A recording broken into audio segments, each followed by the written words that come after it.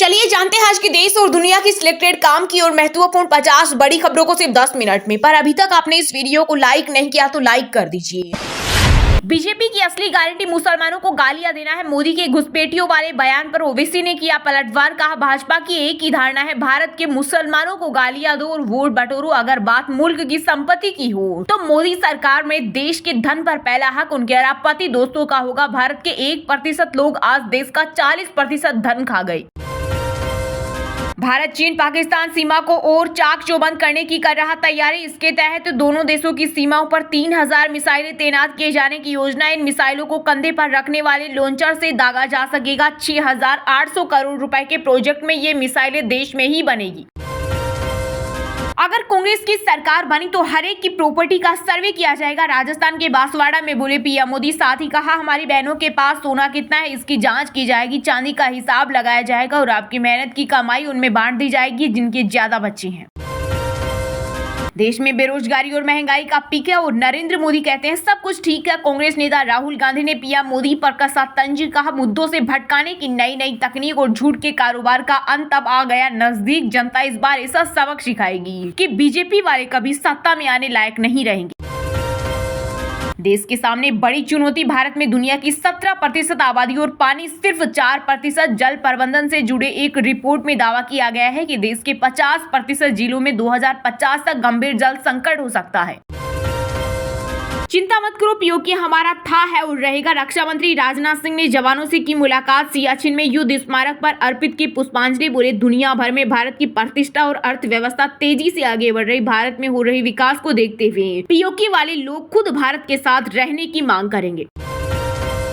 तिरुमाला तिरुपति देवस्थानम दुनिया का सबसे अमीर मंदिर ट्रस्ट 1161 करोड़ की कराई एफडी। बैंक बैलेंस बढ़कर 18,817 करोड़ हुआ। इसके अलावा मंदिर ट्रस्ट के पास 11 टन सोना भी।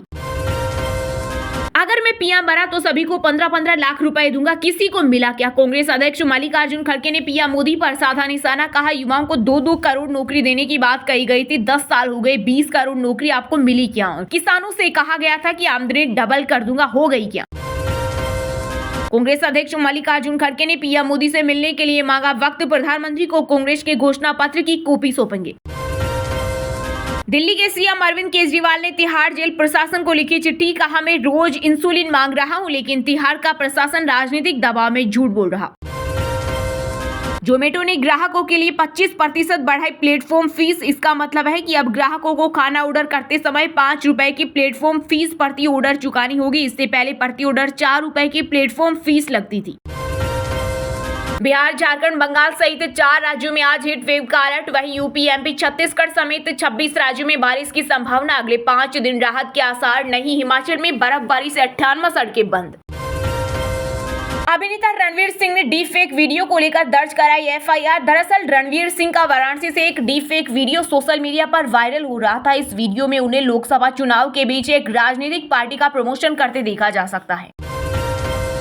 अब ब्रजभूमि का भी नंबर आने वाला है। अयोध्या में काशी का जिक्र कर सीएम योगी आदित्यनाथ का बड़ा ऐलान। कहा, अयोध्या और काशी ने अपने लक्ष्यों को प्राप्त कर लिया। अब आपकी बारी है। विकास के लिए आपको कोई तरसा नहीं सकता। अब आगरा में भी एयरपोर्ट बन रहा। हिमाचल प्रदेश में लोकसभा चुनाव नहीं लड़ेगी आम आदमी पार्टी। कांग्रेस के पक्ष में मतदान करने की अपील करेगी केजरीवाल की पार्टी।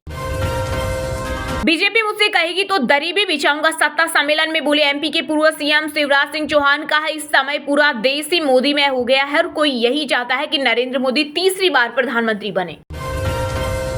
नीतीश पलटू कुमार तो ममता पलटू कुमारी है। कांग्रेस नेता अधीर रंजन चौधरी ने बंगाल की सीएम ममता बनर्जी पर कसा तंज। कहा, ममता को गर्व है कि उन्होंने विपक्षी इंडी गठबंधन का नाम रखा है, लेकिन फिर उन्होंने बाद में यू टर्न क्यों लिया? ममता ठीक वैसी ही पलटू कुमारी है जैसे नीतीश कुमार पलटू कुमार है। अमेरिका में नए नागरिकों का मेक्सिको के बाद दूसरा सबसे बड़ा स्रोत बना भारत। यूएस की नवीनतम संसदीय रिपोर्ट के अनुसार 2022 में करीब 66,000 भारतीयों को मिली नागरिकता। जो नहीं जीतता उन्हें राज्यसभा भेज देती कांग्रेस। पीएम नरेंद्र मोदी ने कसा सोनिया गांधी पर तंज। बोले, उनकी हालत ये हो गई है कि उन्हें चुनाव लड़ने के लिए कोई उम्मीदवार नहीं मिल रहे। यूपी की मथुरा लोकसभा सीट से बसपा प्रत्याशी सुरेश सिंह ने उड़ाई आदर्श आचार संहिता की धज्जियां। खुलेआम वोटर्स को बांटे मिठाइयां और रुपए। वीडियो सोशल मीडिया पर हुआ वायरल। पाकिस्तान की संसद भवन के भीतर मस्जिद से 20 जोड़ी जूते गायब। नमाज पढ़कर नंगे पैर लौटे सांसद। स्पीकर ने जताई चिंता।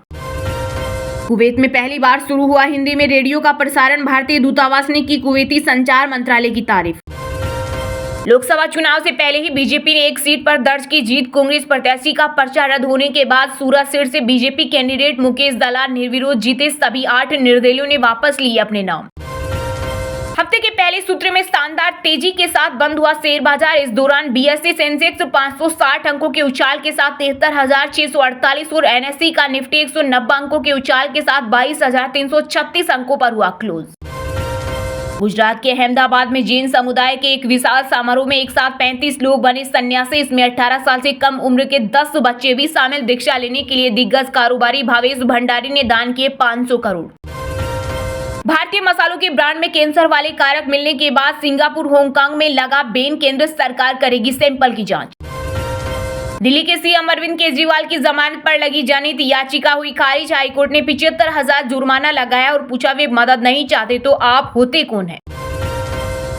रेडमी की बड़ी तैयारी, 33W फास्ट चार्जिंग और दमदार बैटरी के साथ जल्द लॉन्च होगा सस्ता 5G स्मार्टफोन, जिसकी कीमत 10,000 रुपए की रेंज में होगी।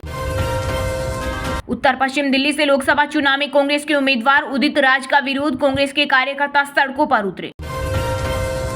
दिल्ली शराब घोटाला मामले में ईडी दाखिल करेगी नई चार्जशीट, आम आदमी पार्टी को बना सकती है आरोपी।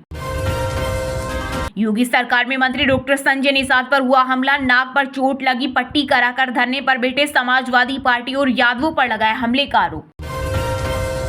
यूपी में घूम रहे आशीष मिश्रा तो ये बेल की शर्तों का उल्लंघन, लखीमपुर खीरी मामले के आरोपी को सुप्रीम कोर्ट ने लगाई फटकार।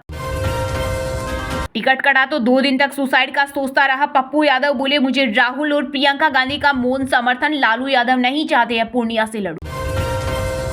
अभद्र भाषा का इस्तेमाल करने से बचे कंगना रनौत। हिमाचल प्रदेश के सीएम सुखविंदर सिंह सुक्खू ने मंडी लोकसभा सीट से बीजेपी प्रत्याशी को दी नसीहत।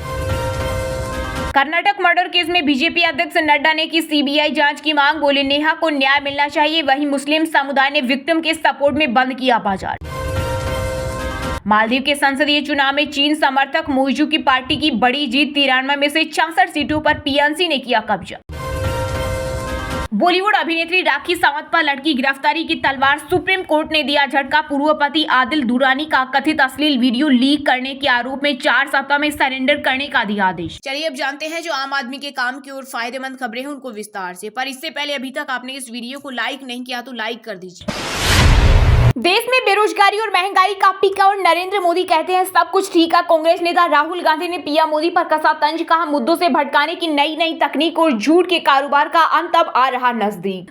राजस्थान के बांसवाड़ा में चुनावी रैली के दौरान की गई पीएम की एक टिप्पणी ने सियासी हलचल बढ़ा दी है। चुनावी रैली में धन के पुनर्वितरण वाली टिप्पणी के बाद राहुल गांधी, असदुद्दीन ओवैसी और मल्लिकार्जुन खड़गे सहित कई विपक्षी नेताओं ने प्रधानमंत्री पर पलटवार किया। कांग्रेस नेता राहुल गांधी ने सोशल मीडिया प्लेटफॉर्म एक्स पर पोस्ट कर कहा कि देश में बेरोजगारी और महंगाई का पिक है और नरेंद्र मोदी कहते हैं सब कुछ ठीक है। उनके पास मुद्दों से भटकाने की नई तकनीक पर झूठ के कारोबार का अंत अब नजदीक है। वहीं प्रधानमंत्री के भाषण पर प्रतिक्रिया देते हुए असदुद्दीन ओवैसी ने कहा मोदी ने मुसलमानों को घुसपैठिया और कई बच्चों वाले लोग कहा। उन्होंने कहा 2002 से आज तक मोदी की एकमात्र गारंटी मुसलमानों को गाली देना और वोट प्राप्त करना रही है। अगर कोई देश की संपत्ति के बारे में बात कर रहा है तो उसे पता होना चाहिए कि मोदी के शासन में भारत की संपत्ति पर पहला अधिकार उनके अमीर दोस्तों का हो गया है। 1% भारतीयों के पास देश की 40% संपत्ति है। आम हिंदुओं को मुसलमानों से डराया जाता है जबकि उनकी संपत्ति का इस्तेमाल दूसरों को अमीर बनाने के लिए किया जा रहा है। वहीं पीएम मोदी पर पलटवार करते हुए कांग्रेस अध्यक्ष मल्लिकार्जुन खड़गे ने कहा कि भारत के इतिहास में किसी भी प्रधानमंत्री ने अपने पद की गरिमा को मोदी जितना कम नहीं किया। खड़गे ने कहा मोदी जी के हताश भाषण से पता चलता है कि इंडिया पहला चरण जीत रहा है। मोदी जी ने जो कहा वह निश्चित रूप से एक नफरत भरा भाषण है, लेकिन यह ध्यान भटकाने की एक जानबूझकर की गई चाल भी है। कांग्रेस अध्यक्ष ने आगे कहा आरएसएस से जो संस्कार मिले हैं प्रधानमंत्री ने वही किया। सत्ता के लिए झूठ बोलना, चीजों का गलत संदर्भ देना और विरोधियों पर झूठे आरोप लगाना संघ और भाजपा के प्रशिक्षण की खासियत है। इसके अलावा जयराम रमेश ने भी मोदी की आलोचना करते हुए कहा कि युवाओं, महिलाओं, किसानों, दलितों और पिछड़ों से संबंधित मुद्दों पर एक भी सवाल का जवाब देने के बजाय प्रधानमंत्री ने राजस्थान में अपनी रैलियों में बेशर्मी से झूठ बोल रहे हैं।